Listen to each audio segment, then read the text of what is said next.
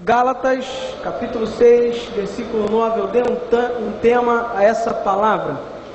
Cansado de fazer o bem, não pare, a recompensa virá. Quem achou Gálatas 6, 9? Isso, vamos à leitura então. Diz assim: e não nos cansemos de fazer o bem, porque a seu tempo, o que acontece? Ceifaremos, se não desfalecermos. Até aqui. Pai, obrigado pela leitura da Tua palavra.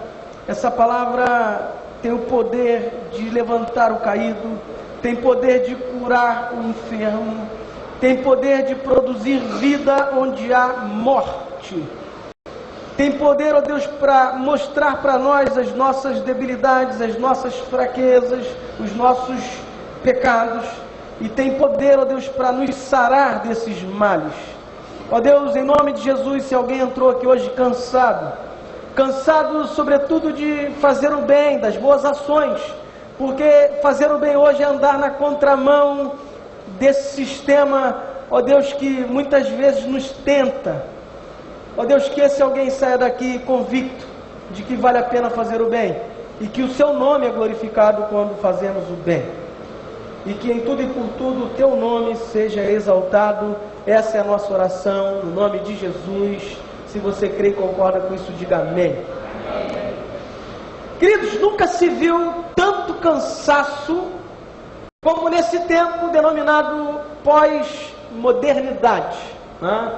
Avanço tecnológico, comunicação a pleno vapor. Você está aqui agora e sabe o que está acontecendo do outro lado do planeta em fração de segundos, né? Você tem um aparelhinho pequeno, né? Um celular, um tablet, um iPad, um iPod ou algo do gênero, e você, num clique, sabe o que está acontecendo do outro lado do planeta, no exato momento em que o fato está acontecendo. Todavia, nós somos uma geração de pessoas cansadas. Nós estamos cansados, muitas vezes até da vida por si só. E o fato é que, por estar cansado da vida, muitas pessoas têm desistido de viver, né? A gente não ouve muito, ou não é muito informado acerca de pessoas que se suicidam, né? Mas centenas ou milhares de pessoas no mundo se suicidam todos os dias, né? Aqui no nosso município, na nossa cidade, de vez por outra, a gente fica sabendo em off de gente que pulou de um prédio, de gente que se jogou embaixo de um carro, de gente que pulou de uma ponte, de gente que se enforcou, de gente que tomou veneno e se suicidou. Isso não é muito divulgado, por quê? Porque a Organização Mundial de Saúde sabe que informações de suicídios motivam pretensos suicidas a se suicidarem. Por essa razão, essa informação, elas são abafadas, elas são contidas, né? E muitas pessoas que outrora, né, viviam uma vida relevante, muitas pessoas que outrora viviam uma vida cristã relevante, cansaram-se, e porque cansaram-se, se estagnaram, deixaram de viver com relevância a vida que Deus lhes confiou. E esse cansaço não é algo que está longe de acontecer com qualquer um de nós.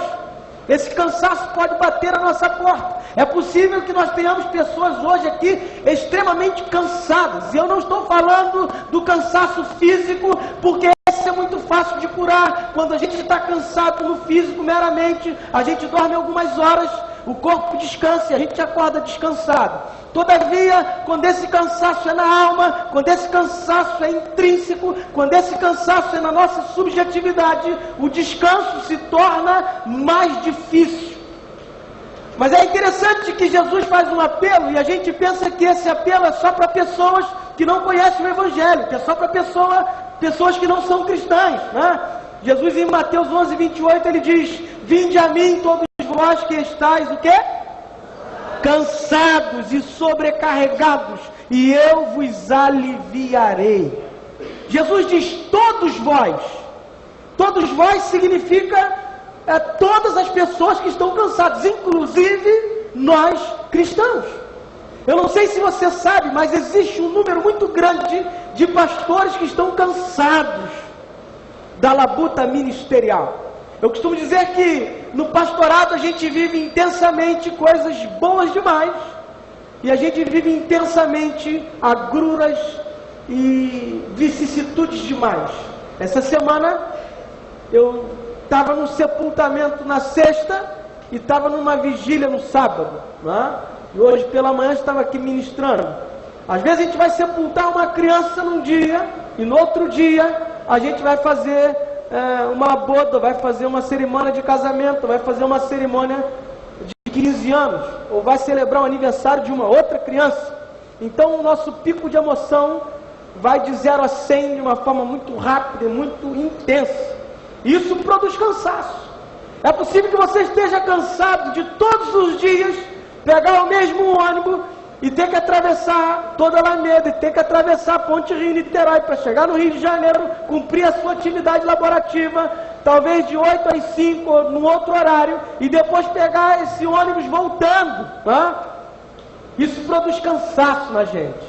E a gente chega ali, pessoas mal-humoradas, e a gente vive num tempo de tanto cansaço, que a gente olha na rua, os semblantes das pessoas são os semblantes descaídos, e as pessoas parecem que falam sozinhas. De vez em quando eu cruzo com gente na rua, e a pessoa está falando sozinha, gesticulando, e eu fico, meu Deus, onde isso vai parar? E não são poucas, né? Isso acontece com você, você vê pessoas assim? Ou você é daqueles que às vezes está falando sozinho, que isso acontece comigo também? Então a gente é pego pelo cansaço. E nesse texto, né, eu quero falar um pouquinho sobre essa epístola aos Gálatas. Eu não vou entrar nas questões teológicas mais aprofundadas, mas Paulo escreve aos Gálatas porque eles estão pensando, né, que as virtudes do Evangelho estão pautadas no cumprimento da lei. Eles estão judaizando a igreja cristã. Eles estão trazendo alguns elementos do passado para esse presente. Então Paulo vem fazer algumas considerações, fazer algumas observações para estruturar ou reestruturar a igreja da Galácia. E nesse texto, ou nesse contexto desse texto que nós acabamos de ler, desse versículo, Paulo está falando de uma lei que é uma lei natural, uma lei física, mas também uma lei do reino espiritual. Paulo está falando da lei da semeadura, né? Quando a gente vai plantar algo, né? Sobretudo uma árvore frutífera, a gente planta aquela semente, tem um tempo para aquela semente germinar, para uma plantinha brotar, para a planta crescer, e depois de já uma árvore adulta, ela dá o fruto e a gente colhe. Não é assim que acontece? Paulo está falando aqui sobre o fato, nesse texto que nós acabamos de ler, no versículo 9 do capítulo 6 aos Gálatas, ele está falando sobre o fato de que é importante que nós não cansemos de fazer o bem, porque no tempo certo nós haveremos de colher o bem que semearmos ao longo da trajetória de vida, se nós não desfalecermos, ou seja, se nós não esmorecermos, ou seja, se nós não desistirmos. Queridos, lamentavelmente muitas pessoas têm desistido de fazer o bem, porque parece que não está valendo a pena, porque a gente vê o corrupto, aspas, se dando bem, a gente vê a pessoa que vive de uma forma degradada, que vive longe de Deus, sobrevivendo ou vivendo às vezes melhor do que nós que estamos de alguma forma tentando contribuir, realizando bem, fazendo bem para o próximo, ou vivendo uma vida de acordo com os parâmetros bíblicos e com os princípios de Deus. Todavia, esse texto paulino está dizendo para nós, e não nos cansemos de fazer o bem, porque a seu tempo ceifaremos, se não desfalecermos. Então esse texto, ele tem alguns pressupostos, ele carrega algumas verdades, e são essas verdades que eu quero ver com vocês nessa noite, de modo que ao sairmos daqui, saiamos com os nossos corações esperançosos. Tem gente que de cansado está perdendo a esperança, está perdendo a capacidade de crer, está perdendo a capacidade de acreditar que é possível vencer alguns dilemas que a vida por si só traz no seu bojo para nós. Então a primeira coisa que eu quero observar aqui com você é que o cansaço é natural, mas há descanso para aqueles que o almejam. Eu não sei o que tem produzido cansaço em você, eu não sei o que tem produzido cansaço na sua alma, no seu coração. Talvez você tenha convivido com muita hipocrisia, né? E a gente fala tanto disso, e muitas vezes você vê a pessoa fora da igreja e a sua desculpa, o seu subterfúgio, o seu argumento, a sua evasividade. Não, é porque a igreja tem muita gente hipócrita. E aí eu te pergunto, qual é o lugar que não tem gente hipócrita? Hipocrisia vem do grego hipócrisis, né, que significa personalizar ou fazer um personagem. Onde no contexto da vida não tem pessoas que se tornam verdadeiros personagens, porque não manifestam, talvez por causa do próximo, talvez por causa de outrem, talvez por causa de um contexto no qual está inserido, não personaliza a sua vida de modo a mostrar algo que na verdade não é. Então, em todos os segmentos, em todos os lugares em que nós pisamos com a planta dos nossos pés, nós vamos encontrar hipocrisias e vamos encontrar hipócritas. Mas se você está cansado disso, eu quero dizer para você, descanse em Deus. Seja você alguém que vai fazer diferença, seja você alguém que vai ser alguém de verdade nessa conjuntura toda. Descanse em Deus, espere em Deus o descanso e faça a diferença, porque o desejo de Deus é que o nome dele seja glorificado na sua vida. Queridos, se nós queremos mudança em qualquer situação, em qualquer conjuntura, eu parto do pressuposto que essa mudança precisa acontecer a partir de nós, a partir de mim e de você. Eu posso ouvir um amém? Amém. Aleluia. Então, talvez você esteja cansado da sua rotina, né? E se você está cansado da rotina, você precisa quebrar essa rotina. Precisa fazer alguma coisa para mudar. E tem coisas que nós podemos fazer, irmãos. Você quer ver uma coisa? Durante algum tempo, quando eu trabalhava no Rio e pegava o ônibus para atravessar, vez por outra, cansado de pegar o ônibus lotado, eu fazia um percurso a pé para pegar o ônibus mais vazio. Mudança de rotina.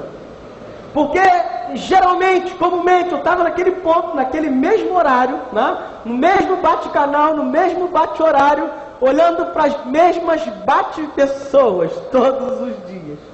E aí eu dizia, vou mudar um pouco o ritmo. Ia por outro caminho, pegava um pedaço a pé, e ali eu mudava a rotina. E algumas vezes consegui ir sentado, né? É bom ir para o trabalho sentado, né, irmão? Mas aí quando aparece aquele senhor, ou aquela senhora, ou aquela moça grávida, né? Que eu tenho certeza, você cede o seu lugar, porque você está cansado, mas você quer fazer o bem, né? Hoje em dia, irmãos, isso é tão raro. A gente vê as pessoas no coletivo, né?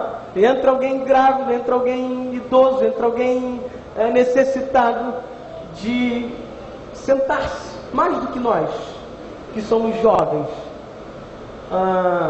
E aí esse jovem de talvez 20 e pouco, 30, 40 anos, ele finge que está dormindo. Aqui não tem ninguém que faz isso, tá?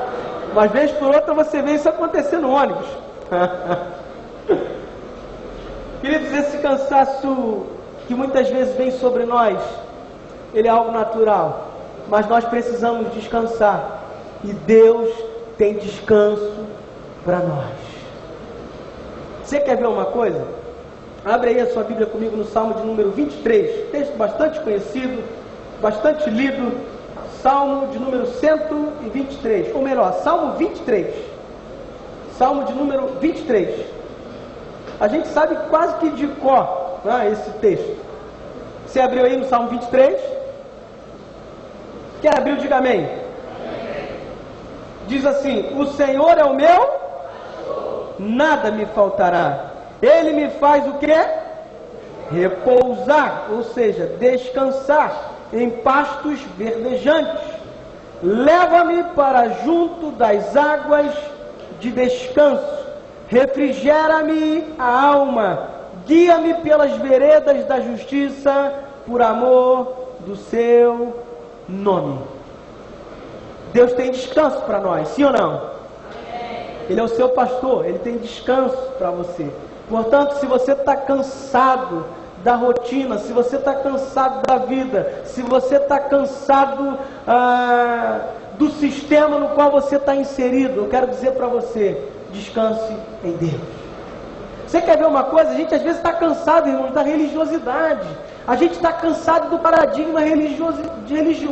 A gente está cansado do mecanicismo no qual a igreja se inseriu. É tudo muito mecânico, é tudo muito orquestradinho, é tudo muito delimitadinho. E a gente cansa disso.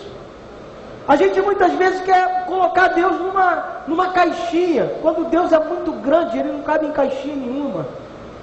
E Deus transcende isso aqui, Deus transcende o templo, Deus transcende todo o aparato de música, Deus transcende os músicos, o pregador, Deus transcende o público que ouve a palavra. Deus é muito maior do que isso tudo, Ele é o Criador dos céus e da terra e de tudo que neles há. E muitas vezes nós precisamos entender isso para encontrar descanso nele. Se você entrou hoje cansado aqui, querido, você vai sair descansado para uma longa jornada. E é interessante que cansaço é algo inerente ao ser humano. Elias cansou de viver. Um grande profeta, e disse: Senhor, eu quero morrer, eu não aguento mais viver. Só sobrou eu em Israel, eu não aguento mais. E Deus providencia para ele comida e bebida, e diz: levanta e come, porque a sua jornada será sobremodo longa. Eu quero dizer para você, você tem uma jornada pela frente. Deus está com você nessa jornada, Ele vai com você nessa jornada, e essa jornada é uma jornada de bênçãos e uma jornada abençoadora. Você vai ser abençoado e você vai abençoar a vida de muitas outras pessoas, porque esse é o desejo de Deus. Uma outra verdade que a gente aprende aqui nesse texto é que fazer o bem deve ser o nosso alvo, independente do que ocorre ou do que ocorrer ao nosso redor. Paulo está dizendo: e não nos cansemos de fazer o bem, porque a seu tempo ceifaremos. Ou seja, fazer o bem deve ser a nossa meta. Queridos, não adianta a gente falar do Evangelho, não adianta a gente ler as Escrituras, não adianta a gente pensar a Bíblia, pensar Deus, pensar a vida com Deus, se a gente não for movido por ações, por atitudes que demonstrem compaixão. Não é o nosso alvo desse ano. Jesus se deparou com uma multidão a quem pregou e ele disse: tenho compaixão dessa gente, porque eles estão comigo há 3 dias e eles não têm o que comer. E então ele faz a multiplicação de pães e peixes e dá de comer àquela grande multidão. Queridos, o Evangelho ele precisa ser marcado pela nossa fé em Deus. E essa fé, Tiago vai dizer, ela é morta se ela não vier acompanhada de ações práticas, ou seja, de obras. Portanto, nós precisamos viver um evangelho pragmático. Nós precisamos colocar o evangelho em ação. E colocar o evangelho em ação é mais do que estarmos reunidos dentro de um templo, falando de Deus, ouvindo de Deus e adorando ou cultuando a Deus. Nós precisamos viver esse evangelho fora do templo, fora das 4 paredes desse templo. Nós precisamos ser sal e luz nos mais distintos lugares por onde nós passarmos. Portanto, fazer o bem deve ser o nosso alvo. E aí você pensa: pastor, mas todo mundo está fazendo mal, todo mundo está fazendo isso, fazendo aquilo, todo mundo está vivendo dessa forma. É por isso que eu digo, nós não somos todo mundo, nós fomos chamados para fazermos a diferença. Nós somos a geração eleita, nós somos sacerdócio santo, nós somos o povo escolhido de Deus e fomos chamados para viver diferente nesse tempo caótico, nesse tempo de crise, nesse tempo onde está instalado ou instaurado inversão muito grande de valores. Eu quero dizer para você nessa noite, à luz dessa palavra, Deus está te convocando para fazer parte de uma geração que vai fazer o bem, sem se importar os porquês e sem se importar a quem. Querido, o que o apóstolo Paulo está dizendo aqui é que se nós não cansarmos de fazer o bem, no tempo certo nós vamos colher o fruto desse bem que nós estamos fazendo, que nós estamos semeando. Então, a outra verdade que a gente aprende aqui é que o foco na colheita é um fator motivador. Você precisa entender que vale a pena semear o bem, porque no tempo certo nós vamos colher o fruto desse bem que estamos semeando. Então vale a pena viver a verdade, vale a pena ser de verdade e vale a pena viver essa verdade.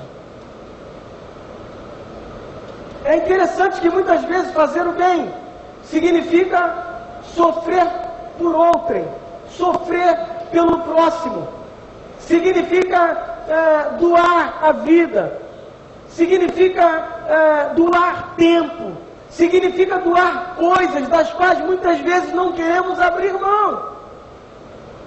Mas o apóstolo Paulo está dizendo aqui, não nos cansemos de fazer o bem, porque a seu tempo ceifaremos. É interessante que quando Paulo vem para o Evangelho, e quando o Evangelho o abraça, ele diz, já não sou eu quem vive, mas Cristo vive em mim. Ou seja, já não sou eu quem controla a minha vida é controlada pelo meu Cristo, pelo meu Senhor, pelo autor da minha vida. E isso foi fundamental para que diferença houvesse na vida do santo apóstolo. Eu quero dizer para você nessa noite, incentivá-la. Continue fazendo bem, não desista, porque no tempo certo você vai colher o fruto desse bem. Queridos, é tão certo isso, como 1 mais 1 é 2. Só que muitas pessoas estão perdendo o foco, estão perdendo a motivação, estão ficando pelo caminho. É interessante que Paulo, esse que escreve essa epístola, esse que escreve esse texto, quando ele encerra a sua carreira, ele encerra num contexto humano muito difícil. Ele está encarcerado numa masmorra, ele está preso, está sentenciado à morte, a perder a sua cabeça, a pena capital. Mas ele diz, eu estou prestes a ser oferecido por libação, por sacrifício ao Senhor. E depois ele diz, combati o bom combate, completei a carreira e guardei a fé. Ele sabia do seu destino, ele sabia para onde ele ia. Queridos, a nossa vida não se resume a esse âmbito natural. Sexta-feira nós sepultamos um irmão. Então, certo como o ar que respiramos, se nós não formos a geração do arrebatamento, nós vamos baixar um dia a sepultura. E muitos de nós não gostamos de pensar nesse fato, que é uma verdade absoluta. Então, depois que tudo isso aqui passar, aonde nós passaremos a nossa eternidade? Isso vai depender daquilo que nós estamos semeando hoje. Você semeia a fé, e pela fé você colhe a vida eterna em Jesus Cristo. E não existe um prêmio maior, não existe algo melhor que nós podemos esperar do que essa coroa de glória na eternidade. O apóstolo Paulo disse, se nós esperamos de Deus somente nessa terra, somente nesse plano, nós somos os mais miseráveis dos homens. Portanto, nós vivemos nesse mundo, mas nós somos transeuntes nesse mundo. Nós vivemos nesse mundo, mas nós não somos desse mundo. Nós estamos aqui de passagem e nós estamos migrando, nós estamos rumando para Jerusalém Celestial. Quantos querem chegar lá, digam amém. Bendito seja o nome do Senhor. Quarta verdade que a gente aprende nesse texto é que existe um tempo pré-determinado para a colheita desse plantio ou dessa semeadura. Irmãos, lamentavelmente nós somos imediatistas demais. Nós queremos as coisas num piscar de olhos ou num estalar de dedos. Então é possível que você que esteja aqui nessa noite, você que nos ouve ou nos assiste por essa mídia, é possível que você esteja tomado de ansiedade, esperando algo de Deus, esperando uma resposta de Deus e querendo que isso aconteça como que de um dia para o outro, como que no piscar de olhos ou no estalar de dedos. Eu quero dizer para você que assim como todas as coisas na vida, Deus trabalha a curto, médio e longo prazo. Tem coisas que Deus vai fazer na sua vida a curto prazo. Tem coisas que Deus vai fazer na sua vida a médio prazo. Mas tem coisas que Deus vai fazer na sua vida a longo prazo. E nós precisamos aprender a lidar com os prazos ou com os tempos pré-determinados de Deus. É importante nós aprendermos a esperar o tempo da colheita. É como se nós plantássemos, por exemplo, um caroço de manga, uma semente de manga, e quiséssemos que numa semana ou num mês, essa manga ou essa mangueira nascesse, florescesse e desse o fruto. Eu não sei quanto tempo leva para uma mangueira dar o fruto, mas leva alguns anos. Tem alguém aí que estudou ciência e sabe quanto tempo demora uma mangueira para dar manga? 10 anos? Ok, minha irmã, 10 anos, tá vendo? Obrigado. 10 anos para uma mangueira frutificar. E aí a gente vem para o reino de Deus, a gente muitas vezes vem semeando uma semeadura muito ruim, e a gente está colhendo ainda aqueles frutos da má semente que plantamos ou que semeamos, e a gente já quer a mudança desses frutos. Querido, a gente vem para o reino de Deus, a gente começa a semear uma nova semente, e essa semente tem um tempo para germinar, para fazer essa árvore crescer e para essa árvore frutificar. Portanto, essa colheita tem um tempo, e muitas vezes nesse tempo, nesse lapso temporal, a gente chora, a gente derrama lágrima, a gente sofre algumas coisas, e nessa conjuntura, Deus está nos preparando para recebermos aquilo que Ele tem para nós. Eu ouvi uma declaração hoje, na televisão, de um ator que estava num programa de TV e ele quebrou na sua vida, não me recordo agora porque, era muita informação para aquele momento rápido em que eu estava assistindo o programa. E o seu filho hoje era um ator famoso, mas que por alguma razão o havia abandonado. E ele se encontra com o apresentador e eles têm um encontro, porque já tinham contracenado juntos.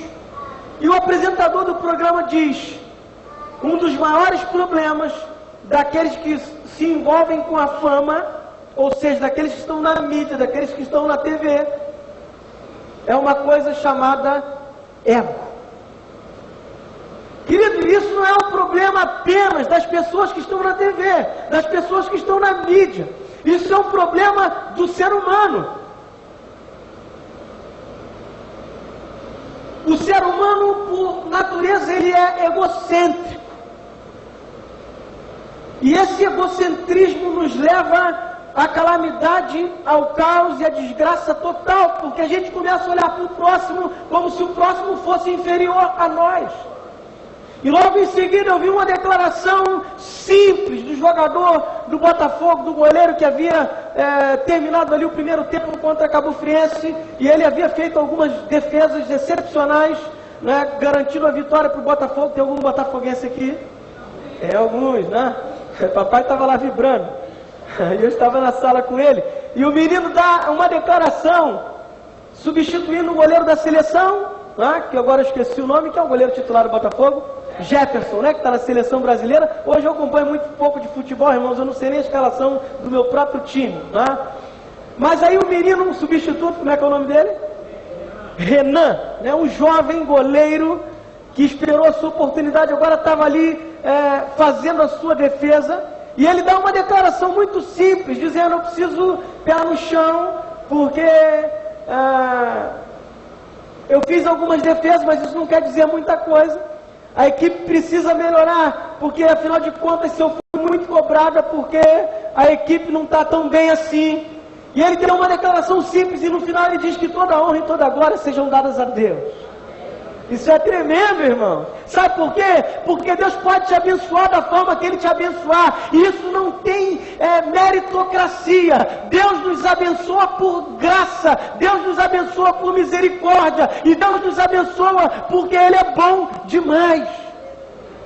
Mas algumas vezes, equivocadamente, nós pensamos: não, eu sou bonzinho. Não, eu sou um crente que está fazendo coisa legal. Por mais que nós tentemos, por mais que nós nos esforcemos, por mais que queiramos, não tem glória humana em nada, irmãos. A glória por completo pertence ao Senhor. Eu posso ouvir um amém? Amém. Glória a Deus que vocês estão entendendo isso nessa noite.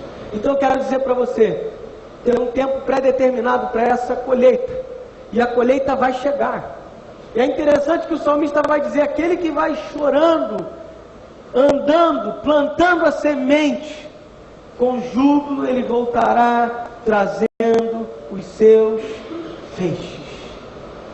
Com júbilo ele voltará trazendo o fruto daquele plantio. Então eu quero dizer para você, talvez a vida esteja te cobrando algumas coisas. Semeie. Plante, semeie o bem, faça o bem. Não se canse de fazer o bem, porque a seu tempo você vai ceifar, você vai colher. Deus está preparando você para essa colheita. Eu fiquei analisando a declaração do goleiro Renan, e eu fiquei pensando na história daquele menino nas categorias de base. A carreira do jogador de futebol é uma carreira muito incerta.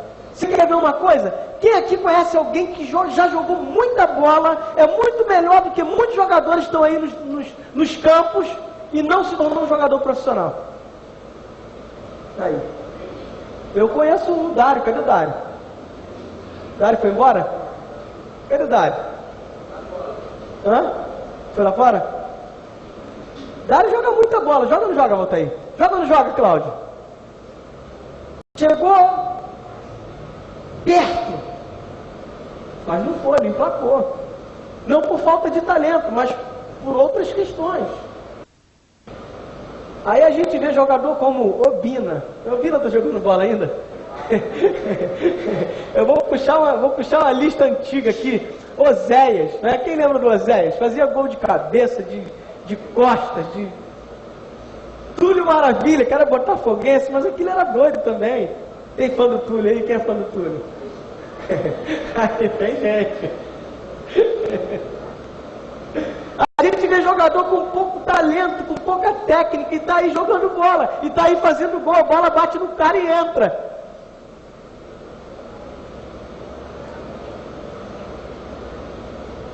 Mas existe um tempo pré-determinado para a colheita. Quando você faz a coisa, quando você semeia, quando você planta, você vai colher.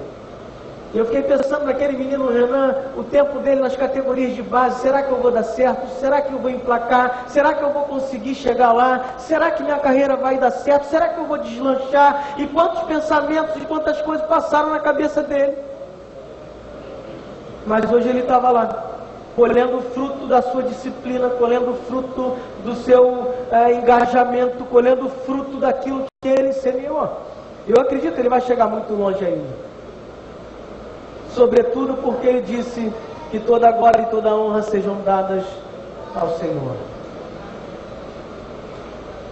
Quinta verdade que a gente aprende nesse texto. Paulo faz uma consideração aqui muito importante. A seu tempo nós vamos ceifar, se nós não desfalecermos. Ou seja, nós somos tendentes ao esmorecimento. Nós somos tendentes à desistência.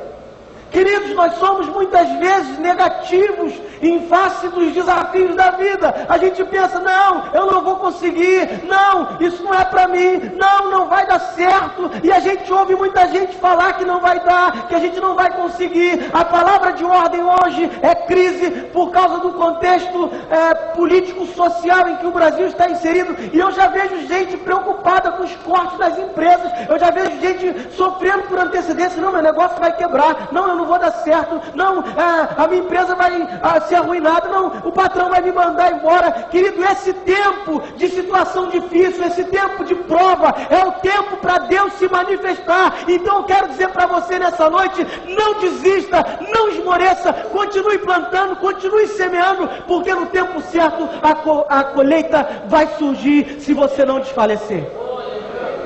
Pastor, mas eu cheguei aqui desanimado, eu cheguei aqui, ainda mais com essa chuva toda, eu cheguei aqui esmorecendo. Deus está dizendo para você nessa noite, à luz dessa palavra, não esmoreça, não desista, não retroceda, porque você vai conseguir no nome de Jesus. É interessante que quando a gente olha para uma competição esportiva, né, seja de que modalidade for, o vencedor é sempre aquele que luta, é sempre aquele que tem disciplina para tentar ir um pouco mais. E eu me lembro de um filme que assisti há alguns anos, se eu não me engano era Desafiando os Gigantes, era da equipe de futebol, né? Era esse que assistiu esse filme. E aí o menino, ele tinha um poder de liderança muito grande. A equipe deles era uma equipe muito simples, uma equipe que estava fadada ao fracasso, porque eles estavam de derrota em derrota. Mas o técnico assumiu a equipe, pegou o líder e disse, eu preciso de você. Ele colocou uma venda nos olhos daquele menino, pegou um dos rapazes mais pesados do time, colocou sobre os ombros dele e disse, você vai caminhar até um determinado lugar com esse moço nas costas. Ele disse, mas eu não vou conseguir. E ele disse, você vai.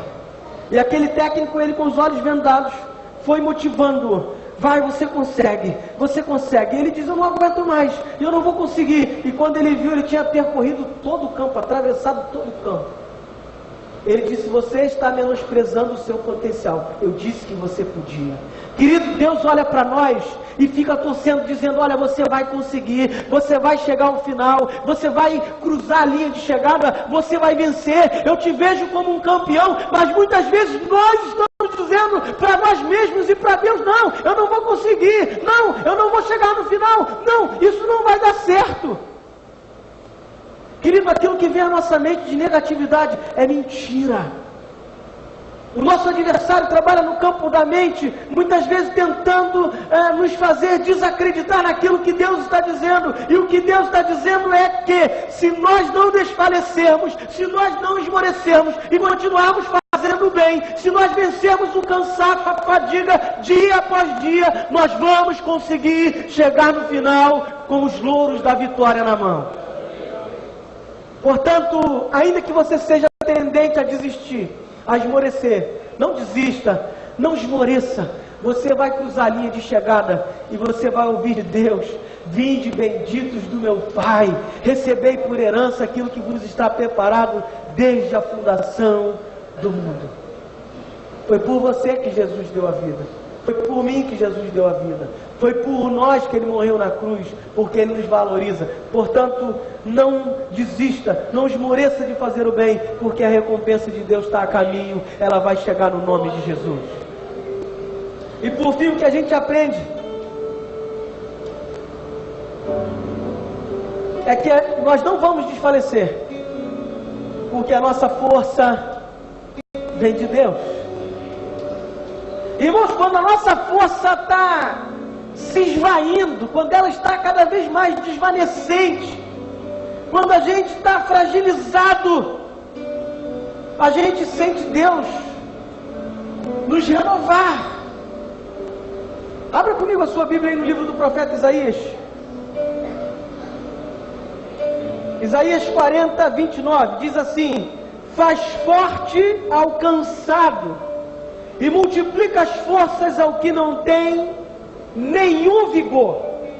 Os jovens se cansam e se fatigam, e os moços de exausto caem, mas os que esperam no Senhor renovam as suas forças, sobem com asas como águias, correm e não se cansam, caminham e não se fatigam.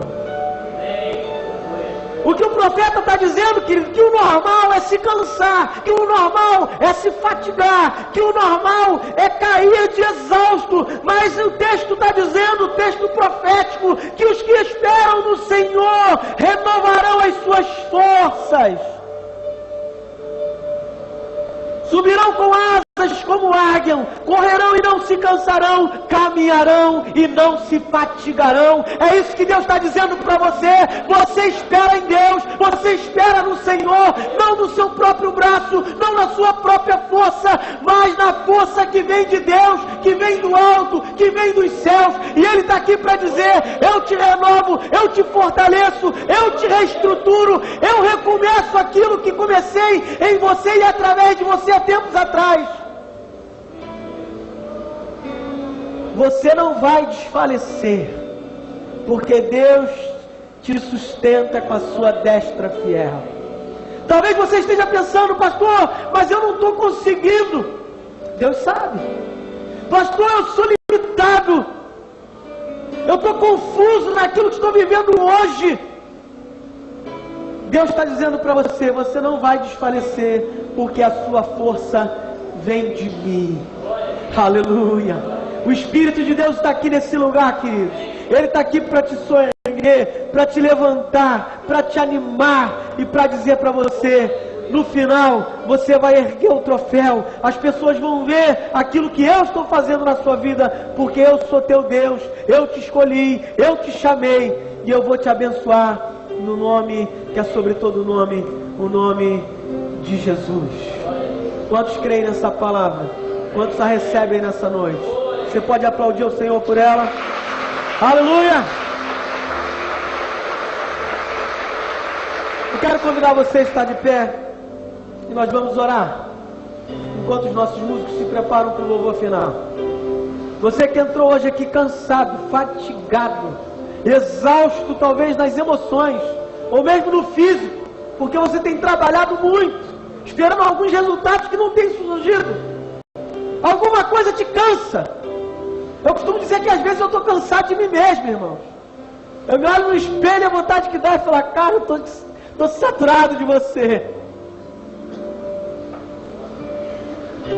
Se você entrou hoje cansado aqui, Deus está promovendo descanso para a sua alma. Oh Deus, bendito seja o nome do Senhor. Nós te adoramos, Senhor, porque fomos chamados para frutificar no teu reino. Fomos chamados para fazer o bem, para estendermos a mão ao próximo, para assistirmos o órfão, a viúva. Ó Deus, no nome de Jesus, nós queremos declarar que somos frágeis, que somos débeis, e que o cansaço muitas vezes se apodera da nossa mente, se apodera do nosso físico, da nossa estrutura. Ó Deus, mas queremos nessa noite receber do Senhor o renovo, receber do Senhor a força, receber do Senhor o vigor físico, emocional, espiritual. E assim como o Senhor alimentou Elias, dizendo: levanta, come e bebe, porque a tua jornada é sobremodo longa, nós tomamos posse do alimento que o Senhor tem para nós, e vamos prosseguir nessa jornada até o final, até o grande dia do Senhor, até a consumação dos séculos, e que tudo aconteça para a glória, louvor e honra do seu nome. Essa é a nossa oração, hoje e sempre. Que todo o povo de Deus que crê nisso diga amém. Vamos cantar esse cântico antes da gente ir embora. Vamos declarar isso como oração, Senhor. Aleluia.